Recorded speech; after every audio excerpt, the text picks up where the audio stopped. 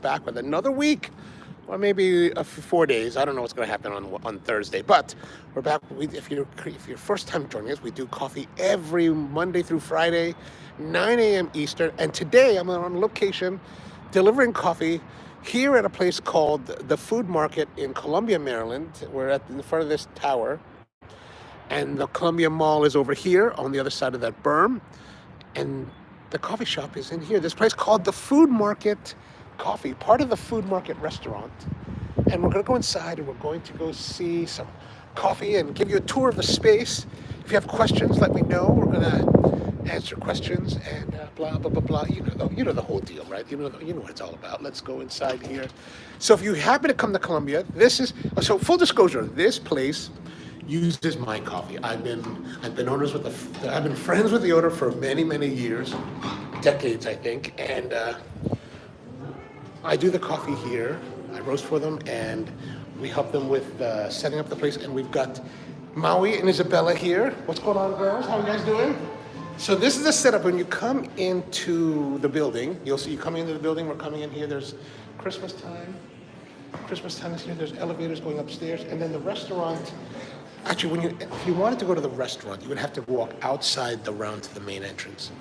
You can access through here, and they probably will not tell you to go away, but they will.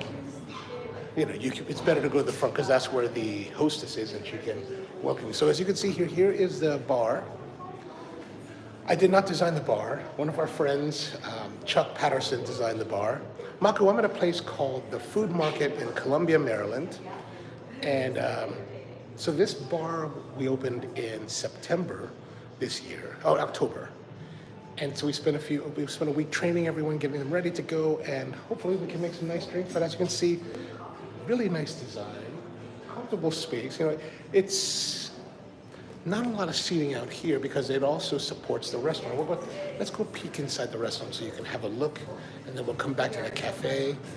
So right now, of course, it's 10 in the morning, so the restaurant is just getting set up. But this is the Food Market. If you ever wonder what happens in the restaurants in the early mornings, this is what happens. Floors are well cleaned, everything's pulled back. The tables have been set now. That it's got that nice, clean smell of clean place. Yeah, it's exciting. It's an exciting place. The food here is really great. Let's go look at the menu so you can see what they have on the menu. In case you're out here. Anton, good to see you. Let's go to we're gonna walk over here to the hostess station. So like I said, you want to come in through this entrance when you come in, and across here you can kind of see this place called Vacation. Vacation is the secondary, or not secondary, but it's an additional restaurant to this one that has outdoor seating, and it actually has a lot of heaters. So if you're coming here this time of year, it's going to be very comfortable. And I guess you know what? Every day I think they reprint the menu, so there may not be. Oh, here's one. Go back here and grab a menu. Now I'm in the position where hostess will be like, hello, welcome to the Food Market.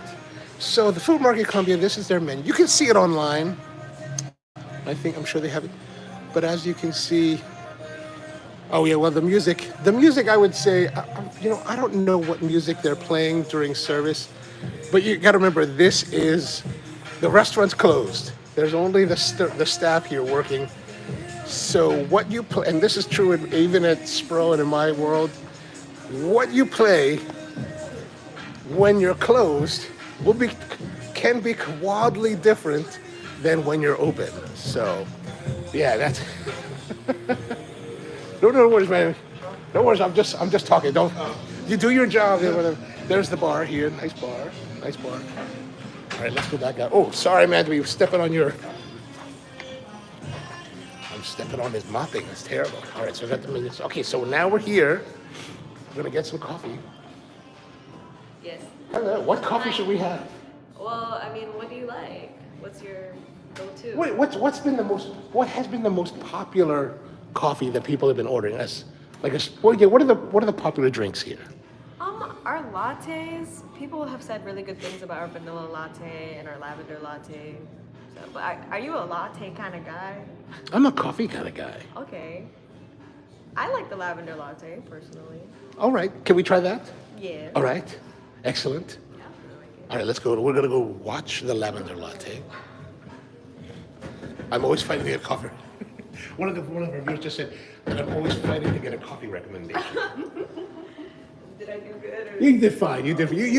You gave me the answer that pretty much most people will give. Yeah. You know, they're like, well, a lot of times I'll go to coffee shops and I'll be like, what? And I'm always trying to ask baristas, like, what do you like? What do you think is really great? Because I presume the barista knows the I menu. tried everything. And they've tried everything. Oh, and let's see what Isabella's. You can see professional technique happening here. Yeah. Right. You said lavender, right? Lavender, please. Beautiful. So how much lavender syrup do you put? Ours is just, we measure it as like a pump and a half. Okay. And it's made in-house, correct? Yes. Yes. I hope you can see it because I can't tell it from the show.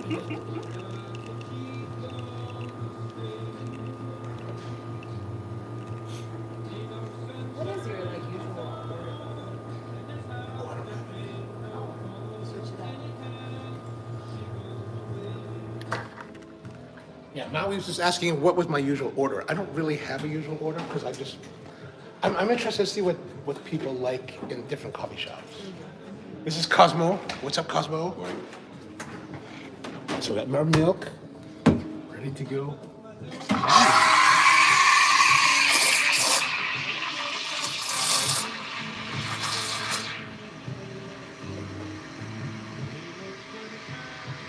Now, Isabella, you came from Starbucks, is that right? Yes.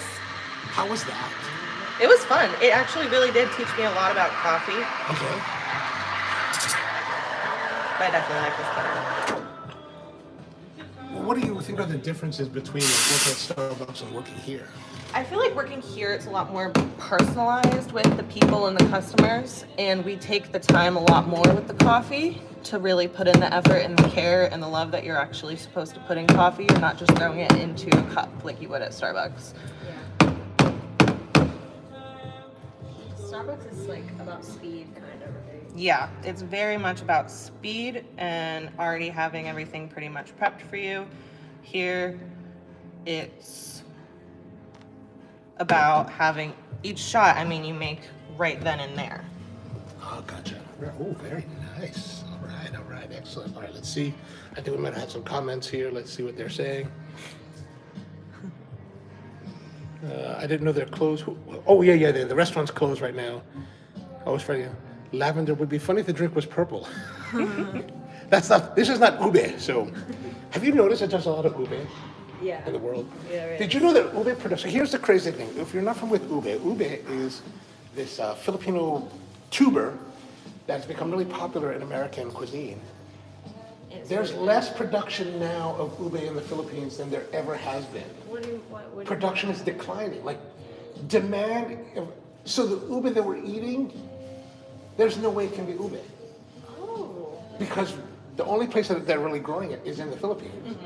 What are we drinking? And then? the production has been going down every year. Oh God. Like, was it 30,000 metric tons a few years ago, and now it's 13,000 metric tons? It's crazy, crazy. So what do you think it is? It's just purple flavor. Purple. It's just purple color. We're It's just terrible. drinking purple. Okay. It's the raping of our people and our culture and our cuisine for profit. I hate that for us. I'm Filipino. Yeah, you should. She's legit. She's legit. Oh, G170. 170. Are you looking for is it the Studio A? This is. we'll pull this here. Let's go. Let's have a taste. Let's go have a taste of it. We'll get it out of the way before customers come. So you like the lavender, right? I do. I like it. You want to taste? Wait, this is whole milk, right? Oh yeah, you're lactose intolerant. Yeah. We can't have that. I won't do that to myself. Yeah, don't do that to yourself. I am not lactose intolerant, so I'm all right. So Maui's going to be taking over social media for. The food market. food market. I will. So you're going to be seeing her a lot more in Yes. social media, right? Me? Like seeing me? Maybe not. You should I'll be behind the camera. You should take people on tours. This Okay. We're here at vacation. This is our menu. Okay. These are our you can do service staff.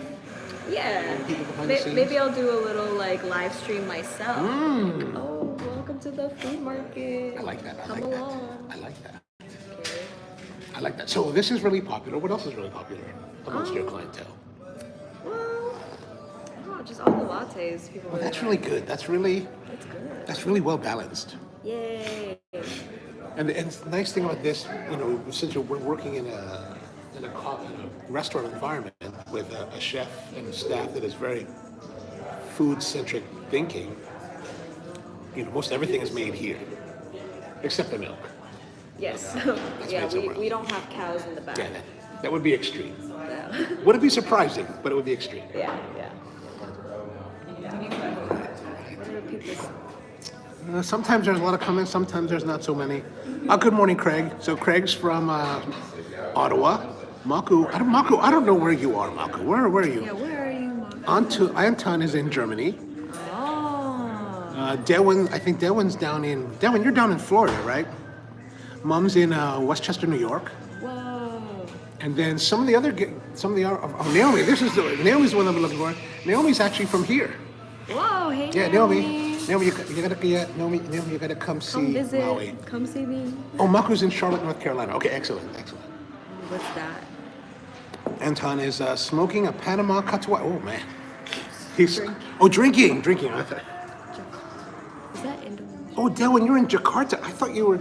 So I thought you were because we do have another viewer, Devin, who's in Florida. I thought both of you were in Florida. Okay, but Jakarta. A friend of mine has a place in Jakarta called. Yeah, you don't smoke coffee. That's smart. Don't do that. I've tried that. God, Naomi, come through. Come say hi. Yeah, come down, Naomi. Yeah, she lives around here somewhere. That's cool. So we're having the lavender latte that Isabella prepared. Very nice. Yeah, I always gotta try something. What I didn't try was the spoiled milk we had the other week. Like, I had this milk that I was trying to make. It turned out it was like way too old. And like I tasted it, I was like, oh yeah, that I'm not gonna consume that. That was too Did dangerous. you check the date on it? It was right on the edge. It was it was like sell by the 14th, and it was the 14th. Oh. And I thought it would be fine because you normally sell by, it should be fine. But not with these, like when you have these cream line milks, they tend to like go like a lot faster than the truly like commercial homogenized. Yes, it's on the menu. What, the lavender? Yeah. Now, let me see Oh what else is yes. popular. Oh yeah, let's see what else is popular. Isabella, what else is popular? Caramel, for sure. Oh, caramel. Caramel And the honey latte? graham is picking up popularity really fast right now. Yeah. Which yeah, one? We just added a honey graham latte. Honey graham. Yeah. Oh. And that's been popular. We added that like a week ago, and that's been popular. But caramel also people really like, Okay. especially our staff. Our staff really likes our caramel. Oh, excellent. Yeah. Excellent. So what are you making now? Honey graham. Oh, this is the honey graham. For Cosmo. So what's in that honey graham? It's going to be made pretty simple. It's going to be your espresso and then some honey mixed up in there, and we also add cinnamon. So it kind of tastes like a Teddy Graham in a way. Oh, okay. Nice.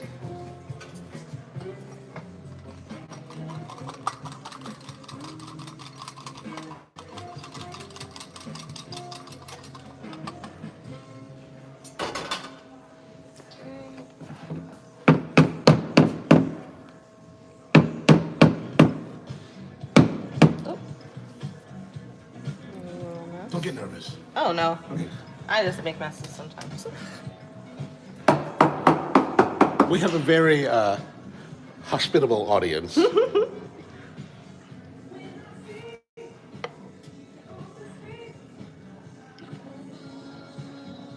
This is me. I would be nervous. Thank God it's not. You'll be fine. You guys know exactly what you're doing. Oh yeah.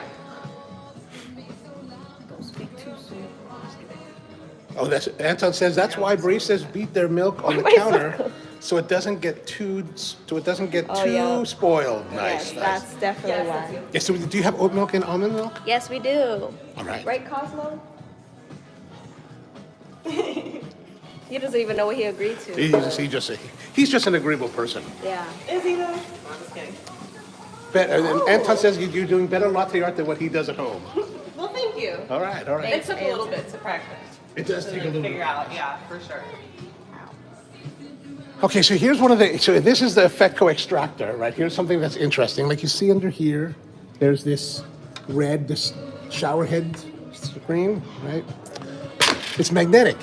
Well, one day I came in and they were like, and Deja, who was like, oh, this one's missing. I was like, well, no one happens to know where it went. It just kind of disappeared one day, so we had to order more. And then any other problems with equipment?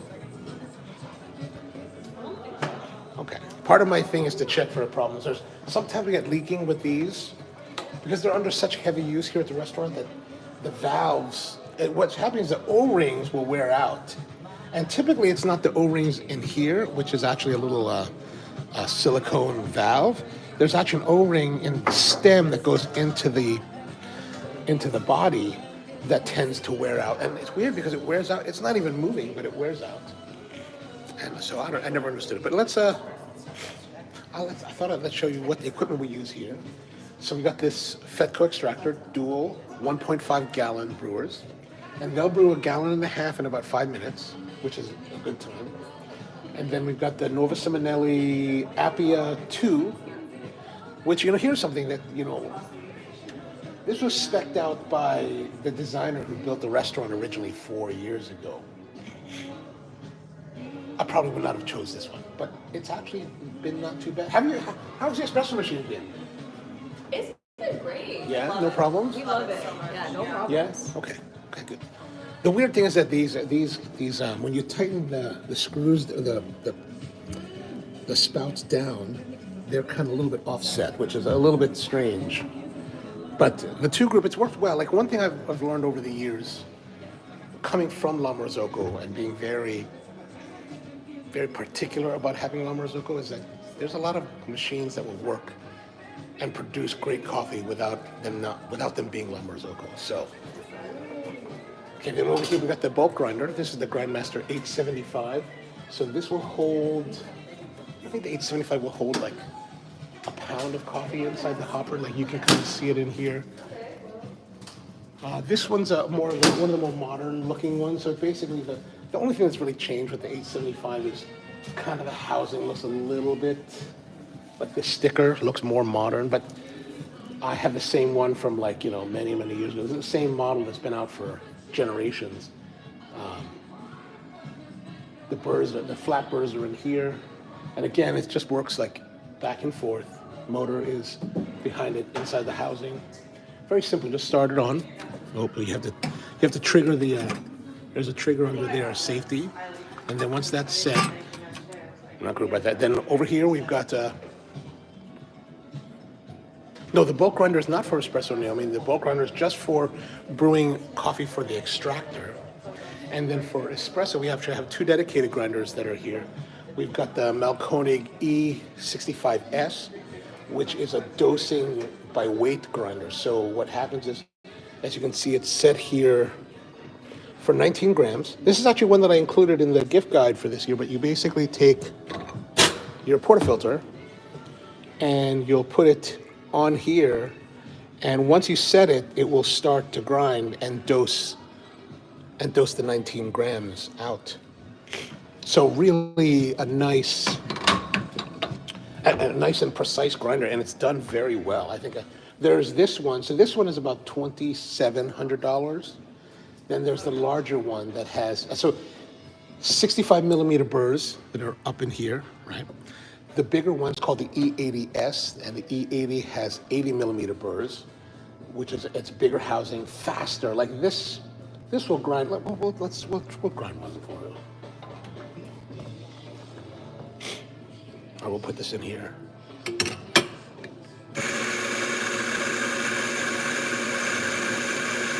Boom, 19 grams in just like 3-4 seconds. So really, incredibly fast grinding. Would you help me? Yes, Would you make that? Would you finish that up? absolutely. Thank you, thank you. Since I have to hold one hand. You're fine. So how do you like to prepare your espresso? Like, what drink do I like to make? Or just, when you're making it like this, like what are the important steps for you? What I've gotten in the habit of doing, because at first, what I would do is when I would stamp it down first and there would still be some excess on the top, I would flip it over and to get a little bit of that left off, because it's kind of like a blizzard, like it'll stay in place. Right. But sometimes it won't, and it just kept happening to me. So what I'll do is I'll wipe off what's on the top right here, and then I'll just do a light stamp again just to get any of that excess back down, and then pop right. Nice. And what are you guys looking for as far as extraction times and volumes? Usually it's going to be anywhere in between about like 18 to 24 seconds. What you want to look for is while the stream is pouring.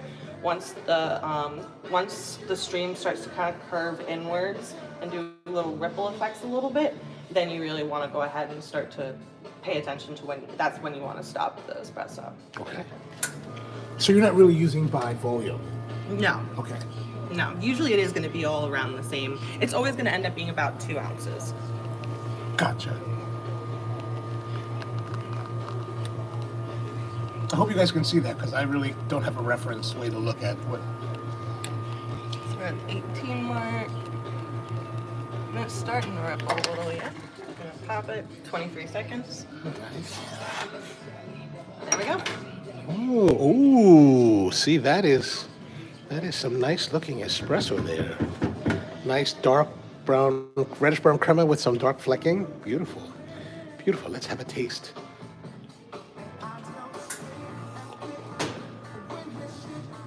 Whoever roasted and blended this coffee is an utter genius.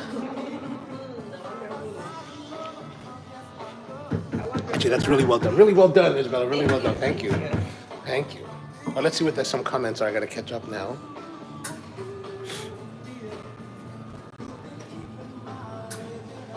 So we gotta go down now. We gotta go down now. Oat milk better latte art than when I do. Oh, Dylan's. What's going on, Dylan? The spouts are meant to be like that, and you take a screwdriver in the spout and force it to the side. Yeah, you're right. You're right. And it's bulk. Oh, we saw the bulk garden for espresso. Anton says, yes, can't go without the Malkonig.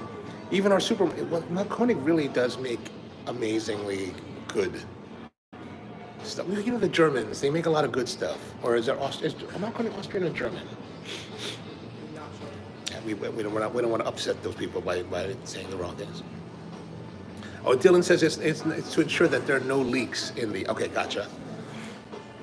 Naomi says, dose by weight is nice. Can it accommodate a portafilter with a funnel? Well, I think that this piece here, Naomi, right? This rim here kind of acts as a funnel on this grinder. So when you, let me put another portafilter there, but let me turn it off while I do that so we don't waste more coffee. But let's say if we put this in here, right, you can see that this kind of acts as that funnel. And of course, it's only a half moon, but and plus if you're controlling your grind, your quantity, like at 19 grams, it just gives a little bit of fill. It doesn't really fill too much. So because of that, I don't know if a funnel will be necessary. Plus, now there are, if you look here, there are these adjusting pins. So you can loosen this, and then this will drop a little bit further down, and I don't know if it'll go long. It looks like there's another ½ inch left of space. So you maybe, I will say maybe that you could, if you really wanted to use a funnel with that, you might be able to get away with it. Anton says, no time for funnels in commercial. Yeah, that's why I said before, like there's the differences between commercial and enthusiast espresso is typically a function of time and volume, right? The girls here have to be concerned. They're concerned about quality and producing nice quality, but there's also the question of, if they're in a situation where there's a line forming, or there's a lot of orders coming in from the restaurant. Here it's a little bit different because not only can there be guests coming to the counter and ordering coffee, but they're also going to be receiving tickets from the servers on the inside the restaurant where they're going to be needing to refill. And you guys are doing all their coffee, right? So even the drip coffee, you're filling their orders for them as well? They don't keep it on the station anymore? They do. Oh, they We'll do. make the coffee for them and then just give it to them. We bring it Okay, up so to brewed coffee, they're still running it. You don't have to run it for it. Okay. Got it. So like they're saying, so they'll batch brew this coffee here, like the house coffee. And then they'll take this and they'll shuttle it over to one of the server stations where they'll, for just regular brewed coffee, they'll fulfill those orders. But when the guests want to have lattes and stuff like that, then that'll come here.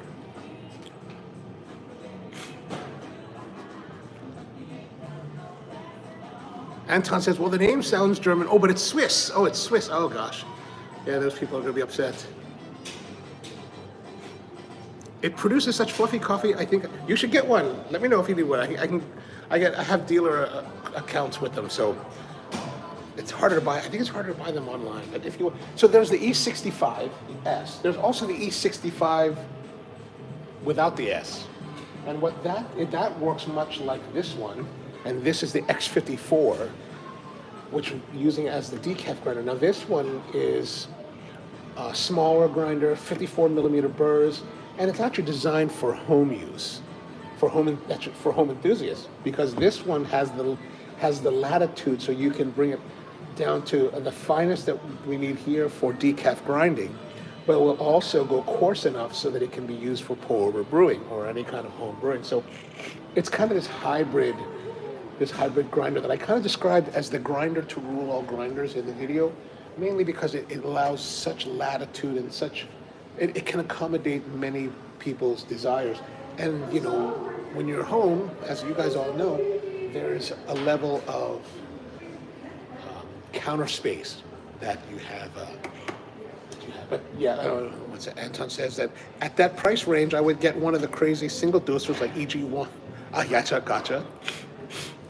Yeah, and that's the thing. So like this kind of grinder, right, is great for this kind of application, commercial application, because it's dosing these 19 grams in 4 seconds.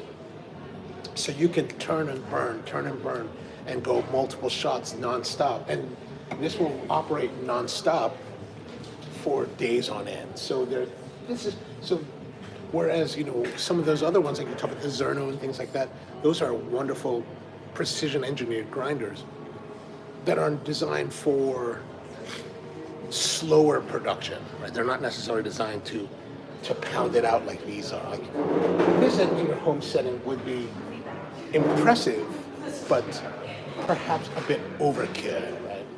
Whereas the X54 is something that, you know, like I said, this will grind the 19 grams probably about 11 seconds, which in commercial service, 11 seconds is an eternity. Like there was a grinder that Mazur made called the Coney. A friend of mine had it in their cafe, and I would go to their cafe and like pull shots on it, and it was so slow to grind that it just was maddening. It was being used to like using Mazur majors. It was such a maddening experience. Anton says, speaking of Switzerland, they upgraded their Zuniga home espresso machine that now uses a thick film heating element. Oh, the only other machine to use is the new Maro from Germany. Oh, I remember you guys talking about the Maro. I'm not familiar with, I haven't seen that yet. The thick film heating element has super fast heat up and the best temperature stability ever seen. Oh, nice. At that price range, I would get one of the craziest single, yeah, definitely. And then hopper grinders for home use. Very much so. But, you know, you can get, and I think that like people, they make this, they might even make one that's smaller hopper, but I think that, you know, it just kind of allows you a little more latitude, and then you can always just toss your single dose waves in here.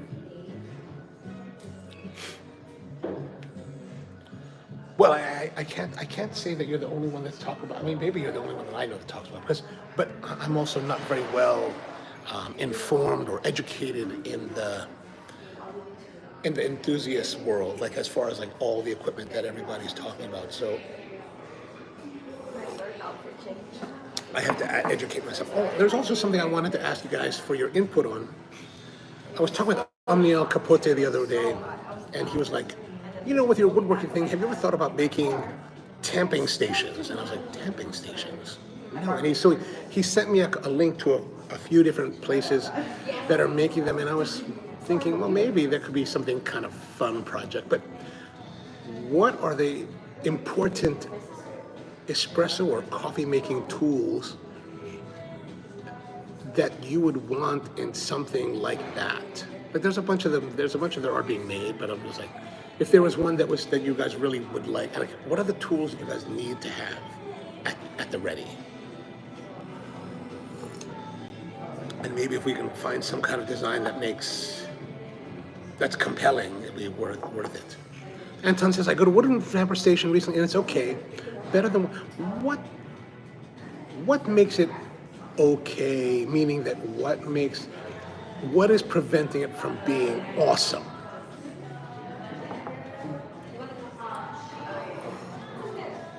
Espresso is solid, nice chocolate notes, cacao. And easy to clean, but hood looking. Okay, Walker, you're gonna have to be a little bit more clarified on what does hood looking mean? Does that mean that it's like gyat or riz? Which I don't really understand those terms very well either. I just understand enough to make my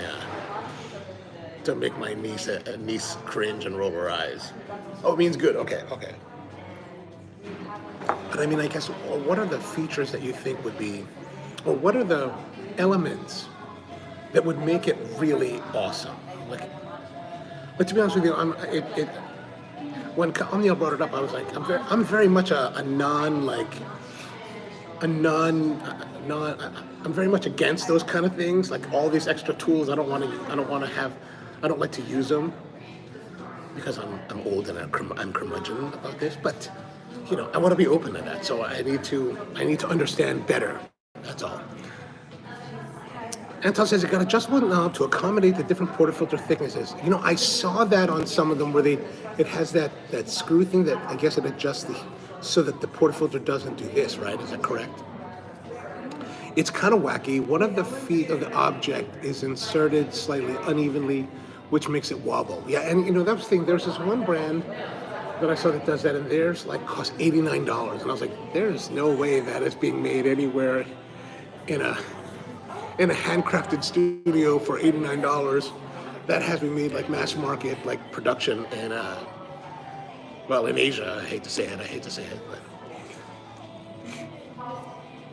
but the Normcore, that's exactly the one I was thinking about. The Normcore tamper station that Naomi has that holds all styles of portafilter level, but over time the runner starts to sag and be not level anymore, so a wood one would be nice.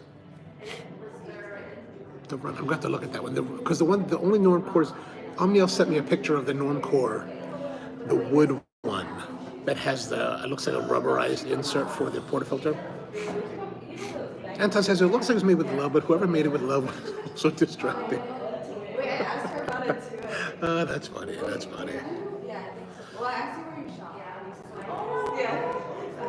I don't buy Normcore. I just don't buy Normcore. Heard too many bad things about their products, and at the end of the day, they have no own innovation, just copying others, not a gotcha. Well, I mean, like, I can totally see what you're saying, and based on what I saw on the links that Omniel sent me and the price point, yeah, I can totally understand. But I think that Normcore is one of those probably companies that's filling a need where certain enthusiasts will want to have more affordable tools available to them rather than something fancier and something more expensive. And I think that's to be expected. I mean, I see that now in Craig says newest coffee toy Portal now on Kick. Now I have to go look that up. But I think that those companies are there too. It's just like in my new hobby, this whole woodworking thing. It's like there's the Festool Mafel kind of stuff, and then there's the other stuff that's and it fits it. you know, if you can't, if your resources are a little more modest, you kind of have to go with what you go with. And do the nicer tools necessarily make the better craftsman? Not necessarily. Makes the pursuit of being a better craftsman more pleasant, but certainly not. I bet because I could, like I was just watching a video today of this guy, Peter Parfit from the United Kingdom. And like, you know, when you're putting together a wooden frame, a lot of people that I've seen are taking these framing squares and clamping the pieces together so that you get a perfect joint. Well, Peter Parfit's like, you know, he's an older guy, been doing this for probably 40, 50 years, and he's like, well, you know, it's a little bit slightly off square, and for me to adjust that, let me just adjust my clamp. So he takes the clamp, slightly moves it to the right, clamps it back down, and that actually pulls it the hair that it needs to. And I was like, wow, dude, that's mastery of craft right there. Like, you don't need all the extra tools. Anton says, I'm okay with copying products, but it looks like they just don't care about their products. Oh, and I totally understand. But I think that when you get to a certain price point or below a certain price threshold, there's really no caring. You can't really care. But like, if I look at my tamping set, like the ones that are spinning tampers, and the whatever, the distributor and tamper, the ones that are like pucks, I got those for Chinese knockoffs, $35 for each. They're certainly not the precision, nice quality that I've seen from, let's say, like St. Anthony. But I don't want to spend $250 for a tool that I will probably never use. So it didn't make sense. But I totally hear you. But when you're delivering those price points, you're really probably not going to care about that.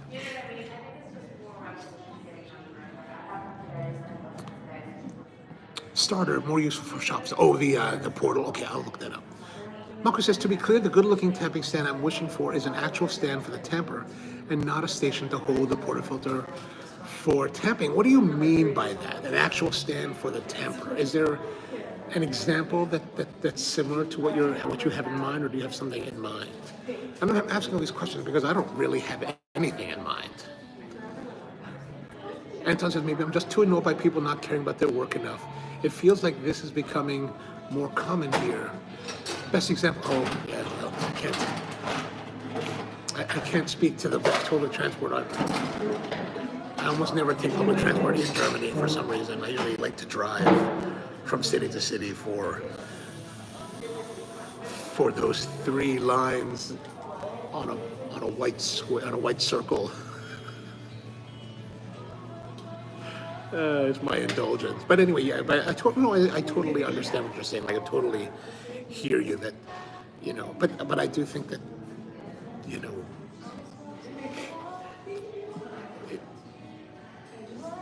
just in the thinking about, when part of what's informing my thinking is that when I saw the price of the Normcore it was like their wooden tamper stand was like $89, $90, and I was just thinking, there's just no way I could even deliver anything like that for that price. Like, it's just not possible. If you're talking about a handmade product, that's just not possible. So, but I'm totally in tune with what you're saying. Totally in tune. For 2 years, I've been riding the bicycle to work. Oh, dude, you must be fit. Through any weather, purely out of spite. Well, you know, you're fit now because, you know, you're just so angry with your mayor. Oh, let me get out of your way here. All the way. You're making drinks for your family. All right, so how are you guys doing? Good. Who's visiting from California? That's me. Do you mind if I include you? Sure. Okay, this is Maui's sisters? Both of your sisters? Oh, just me. Just you? Yeah. Oh, what's the tattoos? Tell us about the tattoos. Oh yeah, these are Filipino tribal tattoos. Who made them? By Tatak by Isla on Instagram, and also Super Primo Tats Connor on Instagram. Oh, awesome. You They're know, siblings. one of my regulars who views us, but he's actually, he lives in Thailand, but he's actually, now that with the switch in time, it's too late for him usually, but he's very good friends with, what's the woman in Batang, in Benguet? Wangon, right? The older one. the master. Her. Yeah, he's a master tattooist from Hawaii. Oh. So I noticed that he would totally love to see the work. And like, Yeah, it goes up my whole arm. ooh, so what does it tell us? But yeah, so it's ancestral patterns. Is it your ancestry? Yeah. Okay. They ask you like where your lineages are from, mom's side and dad's side. So there's patterns from both, like the Visayas and then also like my dad's side, which is more like Manila. He's like Tagalog. So yeah. Oh, so do you know what they mean, like specifically, Yeah. or if you don't mind sharing? So my artist told me like don't go give it all away. Okay. because We don't it's, have to give it. Okay, that's fine. No worries. But No worries. I will say that I learned that like the reason why we get tattoos is there's a spiritual side of it where like when you die, it's how your ancestors will recognize you on the other side by your tattoo. Yeah. So what made you? This is something. I'm going to tie this in with my personal experience at some point. But what made you decide to get a tattoo? Like, did your parents have tattoos? No. Did your family have tattoos? No. Okay. They were really shocked that I did it. At first I was just gonna get a band, but then they like to draw like on your whole arm to kind of like show you what is possible. So I was like, okay, just do the whole thing. But yeah, they were really like shocked by it. But it took 30 hours actually, the whole thing, because they do the traditional like tapping methods. Ooh, okay. Yeah, Keanu yeah. would totally be. That's what he does totally. Really? Yeah. There. He's actually named by Suluwape, which is so he does Hawaiian tattoos, but he was named Suluwape because he is also a master of Samoan tattooing. Oh, that's cool. So he can do the whole like torso and all that stuff. I've seen those. Yeah. They're so Truly nice. amazing work. Amazing work. Yeah, but it did. I mean, it hurts for a little bit, but then you kind of forget. Get into it. Like the Well, adrenaline. the reason kicks I'm in. asking, because when I was younger, I used to live in Hawaii, Oh wow. and one of my good friends whose family's from Maui had one that he went all the way down his leg. And I was thinking back then maybe getting it, but then when I looked at my family history, there wasn't much in terms of tattooing, so it's kind of like maybe that's not what I should do. So, but that's why I was asking, like, what prompted you to, and how did you get to that point of getting a tattoo? Because to me, it's fascinating. Yeah, this is my first and only tattoo also. Okay. So I didn't think I would get a whole sleeve, but now I love it. Yeah. Oh, that's amazing. That's amazing. So you're just visiting from California? Yeah, so I'm in the Bay Area now, and there's actually a lot of other tattoo artists out there that also do tatak. So I was thinking about like getting like a chest piece, like like just adding to it. Yeah. Would the chest pieces be also lineage driven or? Yeah. Okay. And I've seen some people continue the sleeve, so it like turns from your sleeve to a chest piece. Yeah. I didn't know about those things. Okay. Yeah, because our ancestors in the Philippines, they used to have their whole bodies tattooed, even their like butt cheeks. Oh wow. Yeah. Okay. Yeah, everything was tattooed. So. That sounds like fun. Yeah. I heard that it hurts like that. The butt cheek. Yeah. Yeah. I guess things with the butt would hurt more. Yeah. Okay. Because then it's like you can't sit down for a while. Oh, right. So what do you do in the Bay Area? So I have my own business, and then I'm also a yoga teacher, so I'm kind of doing a mixture of both. I do a lot of work for the Filipino community, so ever since I moved from Maryland, actually business has taken off. Oh, so, that's awesome. Yeah. Is it mostly Filipino clientele? Or? Yes, Okay. yeah. There's a lot of, it's like word of mouth right now, so Okay. it's spreading. Where in the Bay Area are you? So I'm close to Vallejo, but like, Oh yeah. Oh, very Filipino. yeah.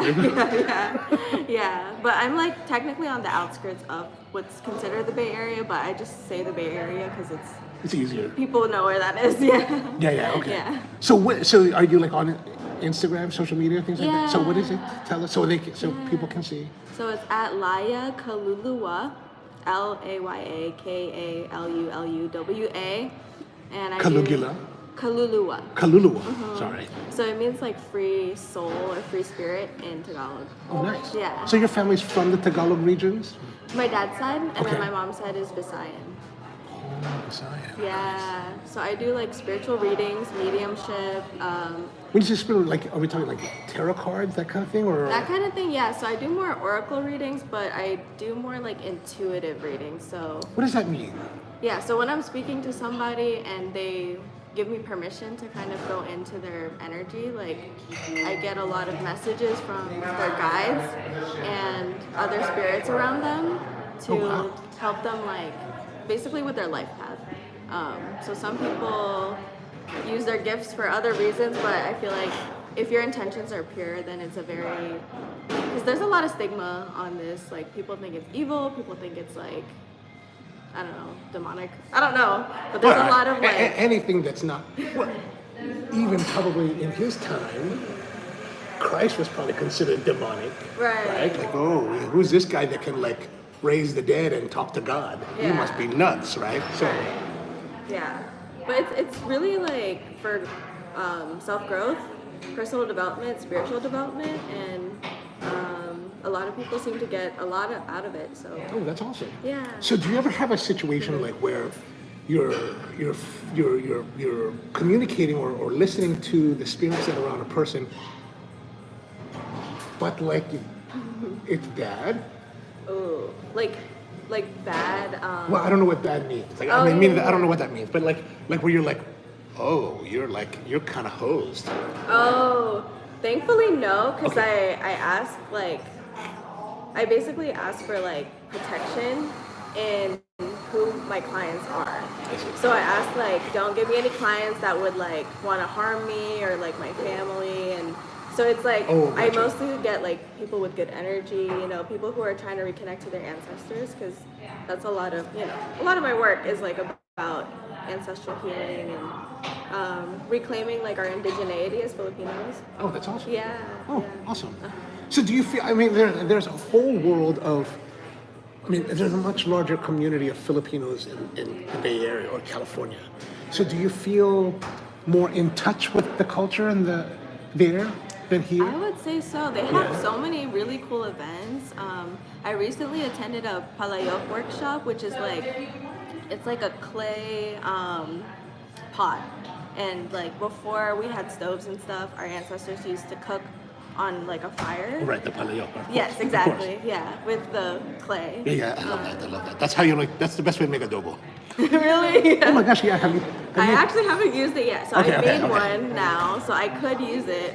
I just got it like, I don't know what the word is, but heated or whatever. So now it's like hard. Oh, right. You Yeah. had to fire it. Yeah, Right, fire. right, it. okay. Yeah. So when you make your adobo, no soy sauce. No soy sauce. No soy sauce. Really? You gotta go to like pre-colonial contact time. So it's the pork with maybe some lard or oil, and then you want to get the, of course, lots of garlic, Garlic. Yeah. garlic and black pepper and vinegar, some water, some salt. You use salt instead of the soy, right? Oh, okay. And then bay leaf. Yeah. Yeah. Oh, That's the I one, didn't that's know the that. So soy sauce is new. Yeah, well, soy sauce came, I think soy sauce came to the Philippines like in the 1920s. Like it's a Okay. relatively recent addition that came from, well, they had to be earlier than that because the Chinese have been coming to the Philippines for many years. So it's probably earlier than that, but it's a relatively, so pre-colonial, pre-Spanish colonial was definitely no soy sauce. Yeah. And even like Makes sense. my Lola, who's been passed away for many years, that's how she made her adobo. My dad was telling me that. Yeah. It's really nice. It's really nice. You're not missing anything with no soy sauce. Yeah. Okay, you just taught me something new. Yeah, I yeah, appreciate that. Yeah. When it comes to food, I have something to add. No, it's really like a big part of how people reconnect though, is like through food, cooking, and like doing traditional forms of our recipes. Yeah. Yeah. You know, it's interesting you say that because like one of my friends, she's half, and she tells me that people think of her, that when they look at her, people think she's white. I don't see it personally. I think she looks very like mixed to me. Okay. Yeah. But you know, she's on this journey of like exploring more about our cuisine, and I'm like, and I wonder, like, part of me realized now that it's like, well, maybe that's partially being driven because you know people think that she's just white. It's like she's like, I'm not just white. I'm like, Yeah. it's like, oh, so. It's interesting. I just ended like a 2-month container where we had a bunch of Filipino women who were all like on this journey of like decolonizing and indigenizing to our culture. Okay. But we had 2 mixed women who were half white, half Filipina. They were saying the same thing. They're like 2 whites for the white, or 2 Filipino for the white people and 2 white for the Filipino people. Oh. Yeah. Interesting. Yeah. Yeah, even my nieces who are also mixed, they have similar Yeah. issues on that. Oh, here we Oh, we just got our. Oh yeah, get your stuff. our Yeah. drink. I won't interrupt you. What'd you get? Made by me. Oh, now we made it. I got a latte, lavender latte. Beautiful. With oat milk. And decaf. On decaf. Got a vanilla bean latte. Oh, vanilla bean latte. And then you're having some traditional sweets. Yeah. So let's This is my pasalubong. Oh, perfect. Perfect. Pasalubong means that you're bringing food gifts back Yeah. from your trip. Yeah. So what'd you bring? So I brought original OTAP, and then I got ube. Ooh. So otap is a type of like, if you think of what do you call elephant ears, kind of. It's similar in texture to Yeah. that. Very flaky, very lovely, crunchy, beautiful. It's sweet. Lovely sweetness, but Like not too pastry. sweet. Not too sweet. Yeah. And then I got pastillas Oh, de very langka. Tagalog. Yeah. Want some? Maybe a pastillas. Okay. I used to go to a place in for it. San Miguel. Do you know? Are you? My mom is from a place called Nueva Ecija, which is kind of the rice region of the Philippines. Oh. And so we would have to go through Bulacan, and the last town on the national highway through Bulacan is San Miguel, and there's a place that does pastillas that are just. What's that? I can't remember the name, but it's so delicious. Like right before you leave Bulacan, it's like they're on the right. You're like, oh my god. All right, well, Okay. I will let you enjoy your. Okay. Thank you. Thanks. Good seeing you. Nice talking to you. Nice meeting you. All right, so here's pastillas. So pastillas are basically rice flour that is, in this case, it might have been slightly toasted because it does look yellow, mixed with sweetened condensed milk and probably some sugar. And then my hand is actually getting numb from holding I can't open this. One of the problems with the difficulty with pastillas is that it's a very perishable product, so you really can't keep it too long. So these places must do something to lengthen the shelf life because it's a milk-based product. So there it is. Is there a flavor to this one? Oh, it's mango. Oh, no, it's langka. Oh, that sounds good. Pastillas de langka. Langka is the jackfruit, as you can see here. Thank you. And it has little pieces of jackfruit, which are really kind of my favorite. All right, let's see if we have comments here. I got thick legs now, and my upper body is. Yeah, well, I just have thickness. And I have been sick for 2 years. Not even see. That's the thing about working out. You don't have to get ill. Cafe Lot has portafilter stands. I use plastic jar lids and the clear lids. Oh, clear lids from Pringles. All right, so let's try this pastilla. Nice and chewy. Good flavor.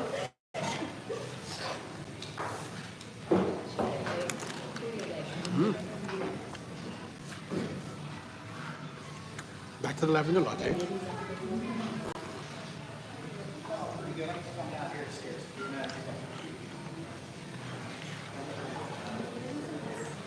What camera is that? It's the Ricoh GR. Ooh, do you like it? It's beautiful. It's kind of like a pocket film camera, but digital. And it has film recipes at the top. So it's really convenient. Does it do video as well, or It does video, but it's not as good. not as good? Yeah. So you're mostly into still photography. Yeah. Oh, yeah, awesome. Like street photography. Oh, that's awesome. That's awesome. Nice. Nice. Never seen that before. This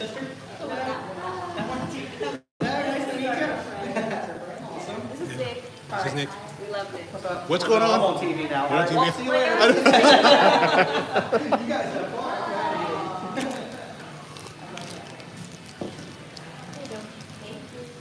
All right, let me.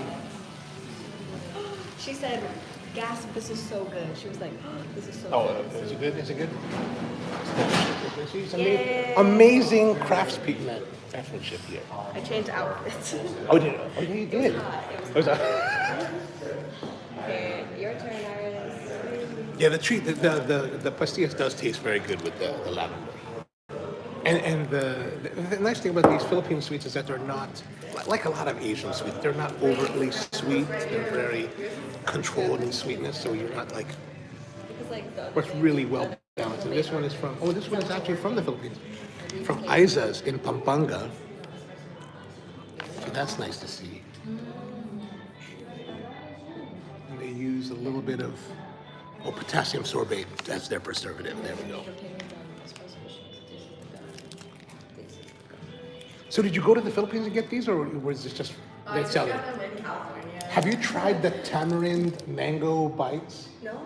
Okay, so they make this thing that they sell like little balls of, like tamarind, right?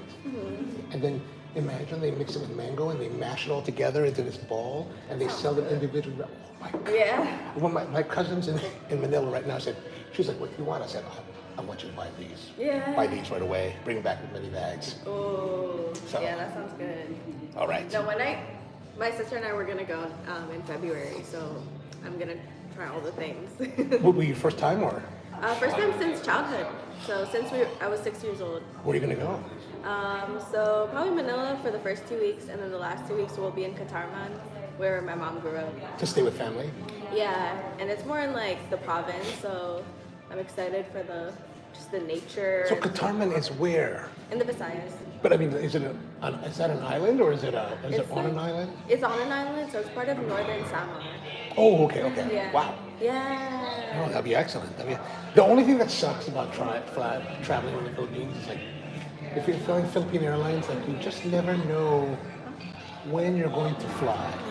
Oh, really? Like the last time I went to Cebu. I went to Negros and then Cebu last summer. Yeah. And I was Negros or Bacolod. So I flew from Manila to Dumaguete, then drove to Bacolod, then flew from Bacolod to Cebu. No problem. Cebu, Manila. My flight was at 5:30. Oh. We didn't actually leave until 1:30 in the morning. And I was like, oh gosh, Oh my God. it's so crazy. That's a long time. It's so crazy. Okay. So just be prepared for that. That's all. Oh no. You just have to be bahala now. Yeah, that's true. That's true. Go with the flow. Yeah, go with the flow. Yeah. That's good to know actually, because yeah. Yeah. Just From parents. all right, let's see here. What do we have here? Cafe Latte, we got that. Is the vanilla and lavender latte sweet coffees? They are sweet, but I would not say they are overtly sweet. They've got a nice sweet balance to them. Like, I don't really like heavily sweet flavored coffees, but this one I find quite enjoyable. Anton says, it seemed that way. I wonder how it tastes. Lavender is quite intense. Yeah, they've toned it down, so it's not a terribly intense experience. I ate a chocolate candy once. We called them pralines and had a very, oh, wow, interesting. Chocolate and lavender. I bet this one, yeah, not so intense, yeah. All right. Time for me to rock and roll. All right, Isabella, thank you. See you next time. Maui, see you next time. Bye. Bye, guys. How long are you here? Are you guys here for? Are you also from Vallejo? No. No. You're from here. Okay, good. I'll be here until Sunday. All right, well, have a wonderful stay. Thank you. All right, see you Good next time. seeing you. See you later. Livestream. Have a good day, Livestream. All right, see you. All right, so we're gonna go outside now because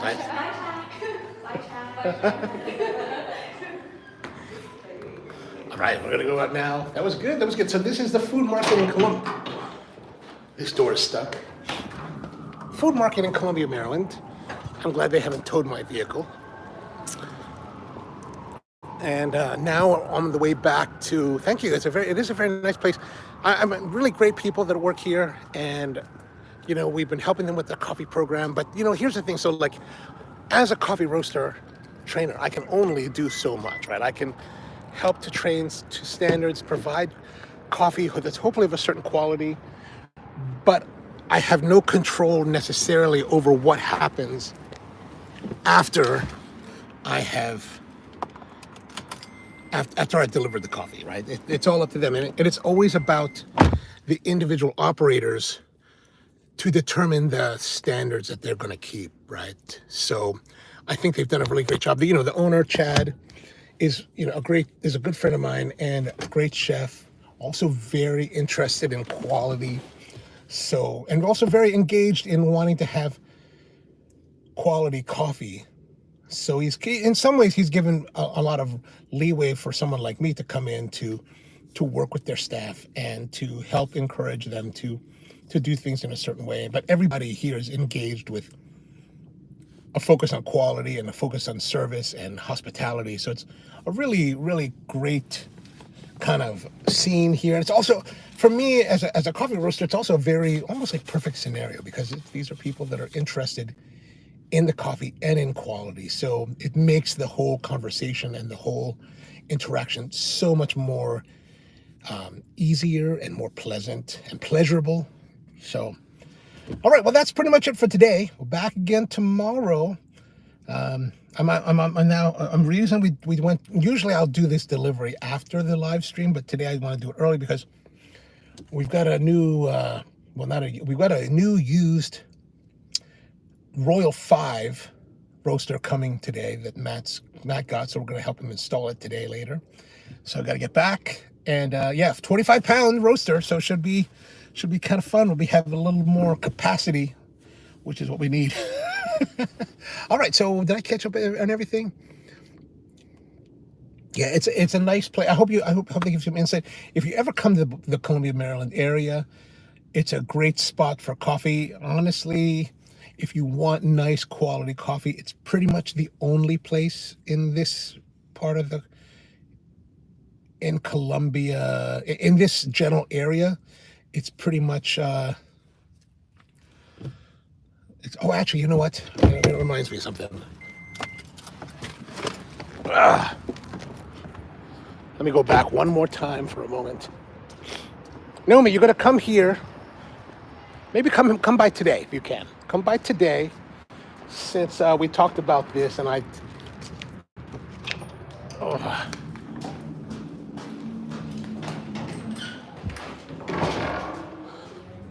Oh, one more thing. Can you do this for me? This bag, can you give this to Naomi? Oh. She's going to come by at some point. Oh, yeah. Give that to her. Okay. All right? All right. See you guys later. All right, so Naomi, now you have to come here today, preferably today. Maui and Isabella will be expecting you. They're open till about 3-ish, and you can just swing by. And that coffee will be for you. That is the Espresso 99. You can give that a try, see what you think about it. I have no idea how much is in that bag. I just kind of filled it a little bit. And yeah, so come and give that a try. Now that I remembered. I had totally forgotten about it. Anton, if you come to Columbia, Maryland, I will give you a bag too. So if you guys can, if you ever come down here, come on down. No, so what we give to them is the Agent 99, which is the main espresso. We give them our House Nation, which is our main house coffee. And then they also use our decaf, which right now is a Colombian ethyl acetate or sugarcane processed decaf. And then the fourth coffee they use is for a cold brew, which is our Perla Negra, which is a sourced a coffee we get from the Mirish family in Matagalpa, Nicaragua. A couch potato like me will make to make well someday, if I get one. Next time I come out to Germany, I'll bring some along for you. All right, so that's pretty much it for today. Back again tomorrow. I think we'll be in the studio tomorrow. Wednesday, we won't be in the studio for sure, and I'll see what I can do, because Wednesday, my cousin, I told her I'd help her move, and she wants to move around 10 o'clock. So we might not be able to do one on Wednesday, but maybe we'll try to do one on Thursday. Even though Thursday here in the United States is the major holiday called Thanksgiving, maybe we can do a little show there. Maybe you'll have some pie or something. All right, so hope you have a great one. See you next time, and until then.